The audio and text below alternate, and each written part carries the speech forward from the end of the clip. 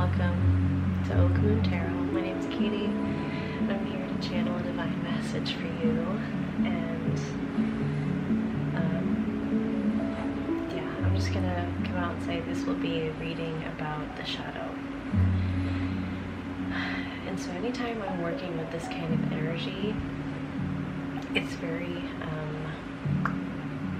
swampy. It's funny. I got out a magic card earlier, and it was the swamp card. And in magic, there are different land cards, and the swamp deals with the shadowy element of the game. And this energy is very dense. It does feel like you're kind of wading through a marsh. You're doing a lot of heavy transmutation at this time, if you resonate with this. And yeah, and there's something about that shadow element.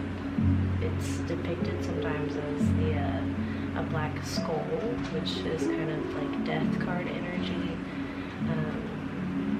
And I've been observing. I don't like sitting in this energy, but I guess that's why they call it the shadow. Like, the shadow is not meant to be a comfortable energy. It pushes us to grow. But I've been observing like death and decay in my life, like my windowsill. You know, there's like cobwebs with like dead ladybugs and, you know, spiders and moths and things like that. And it's more of this shadowy dying energy, right? Like you're letting go of something. And as we close out this year, confirmation ding, of the 9. Oh, somebody's actually calling me. 1 second.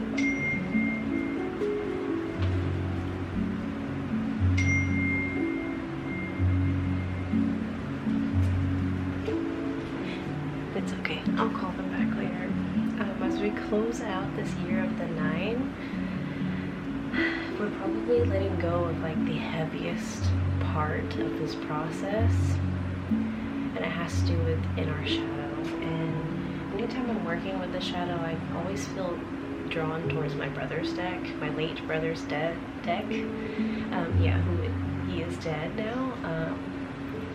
But I picked up, and the card on the bottom is the moon. And the moon right now is much like this moon in the card. It is waning, and it's almost a new moon. So the moon is heavily casted in shadow right now. Probably why we're feeling the shadow so heavily in this phase of Scorpio as well. And again, these themes, theme is coming up here with the wolf, right? In the last reading, and here we have the hounds of Lang symbolize the moon here. It's kind of about like a ghost city, or like a city of ice, maybe. I'm not sure what that represents just yet, but we have the 3 of Swords, and I'm seeing the empty space beneath that. And I don't want to pull anymore, so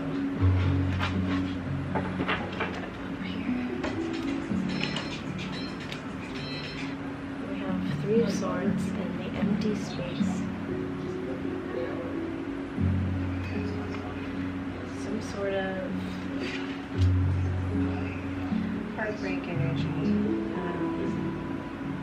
But it's clearing out the old, leaving empty space so that you have room for the new. It could have been you had to leave someone behind, or someone chose to leave you behind.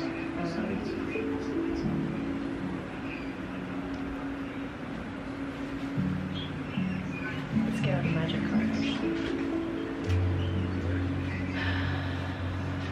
And I was also getting something about a diamond in the rough. A diamond being like the hardest material something about a spiritual gem, like you are a spiritual gem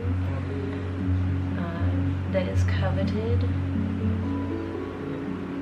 but maybe some people believe that your diamond is a blood diamond. I don't know. Something about old philosophies. And why is this one upright? Human werewolf, hinterland hermit. The hermit coming out here.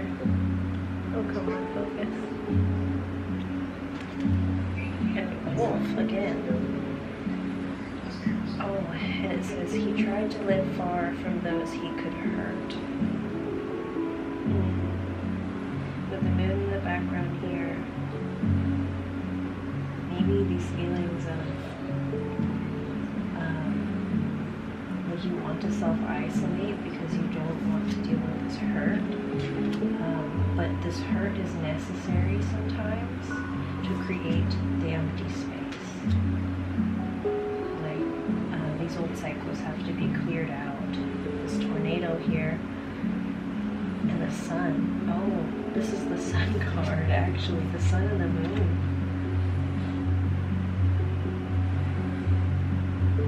Interesting.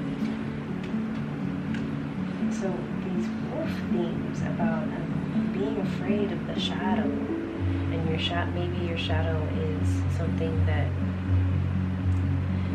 may hurt some people, and I don't think on purpose. But the thing about the shadow is you've got to remember to, as these two people are holding hands, I think these are the two people in the Lover's card in this deck. But to show your shadow love, 7 minutes on the clock there, is the way to transmute these energies. There may be outside influences, or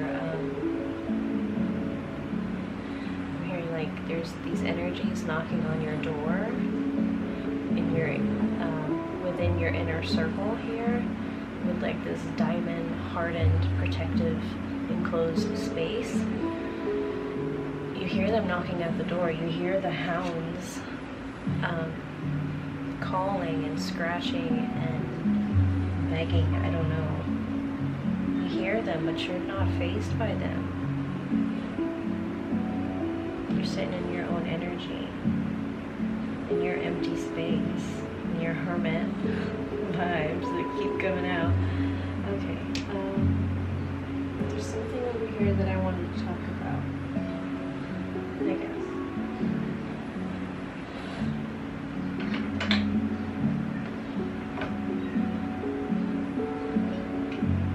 Oh, I wanted the swamp card. I just split it and here's the swamp card. Okay.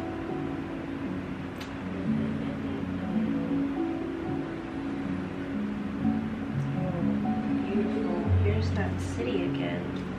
This ghost city in this image. Like a past life, or just past, like maybe childhood, or somewhere you've lived in the past.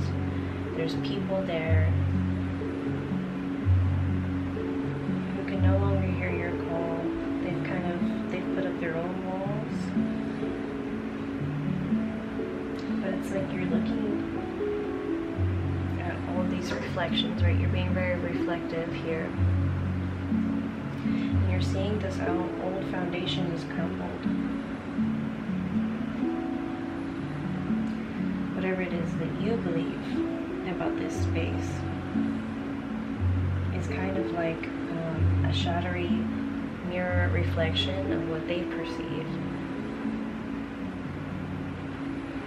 And it's simply because you've integrated your shadow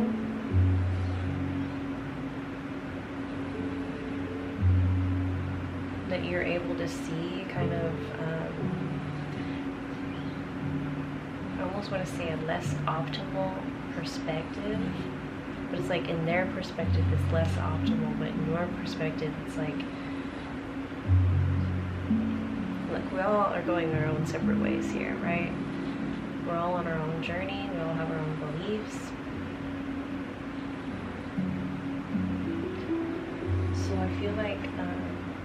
should get on a dragon. Like, this is what I keep getting called to, is this dragon. Is again, like this, I guess, shadowy dragon, because it's mostly black with just like this red sparkly tint on the bottom.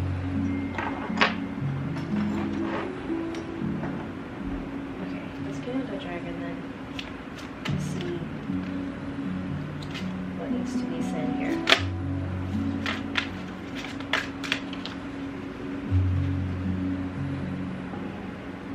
Let's go. Here it is.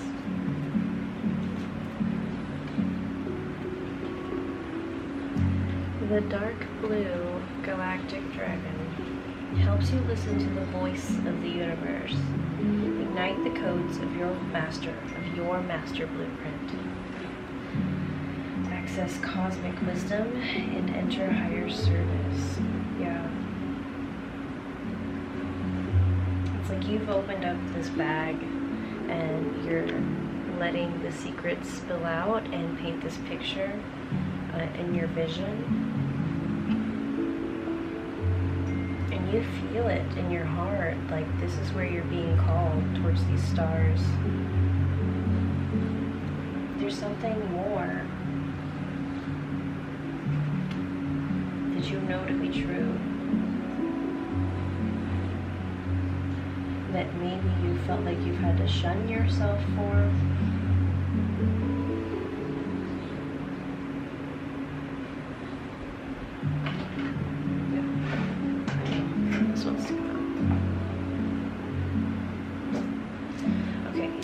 In this bag, I have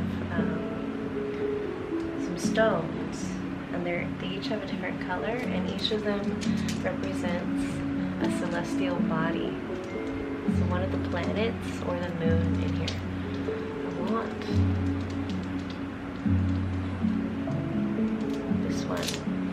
What? There's this green one. Okay, yeah, this is Earth. This symbolizes Earth.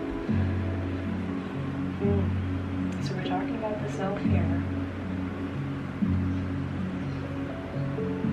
Okay. Taurus might be significant. The moon, an earth sign. My moon is in Taurus. So maybe this has to do with the Taurus. Or something, I feel like a possible shadow aspect of Taurians is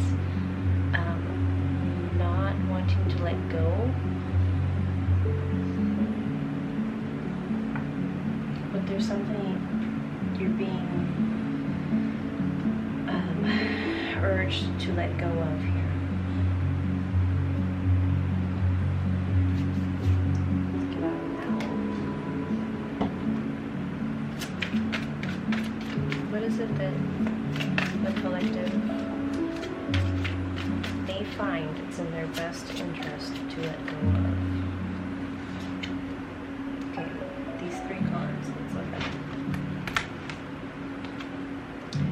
Six of Cups, Temperance, Knight of Cups.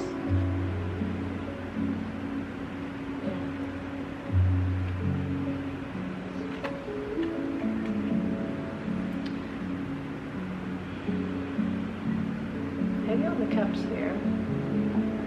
Relationship of some sort.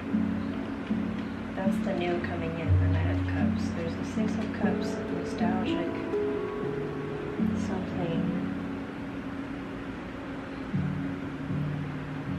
It's like sometimes when you're sharing parts of your passions and your soul, not everyone is going to understand.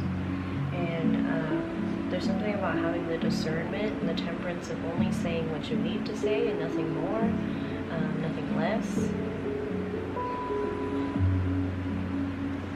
And then there's definitely something awesome coming in. I don't know, with this Knight of Cups. But I feel like that should be left up to mystery and the divine to kind of drop into your lap unexpectedly. Well, thank you so much for being here and doing the shadow work. Sometimes this is a little murkier in more more dense and harder to get through. But there's the release. There's some sort of release here. So thank you so much for being here and for coming along part of this journey. And I'll see you in the next one. Peace, love, and healing upon you all. Bye-bye.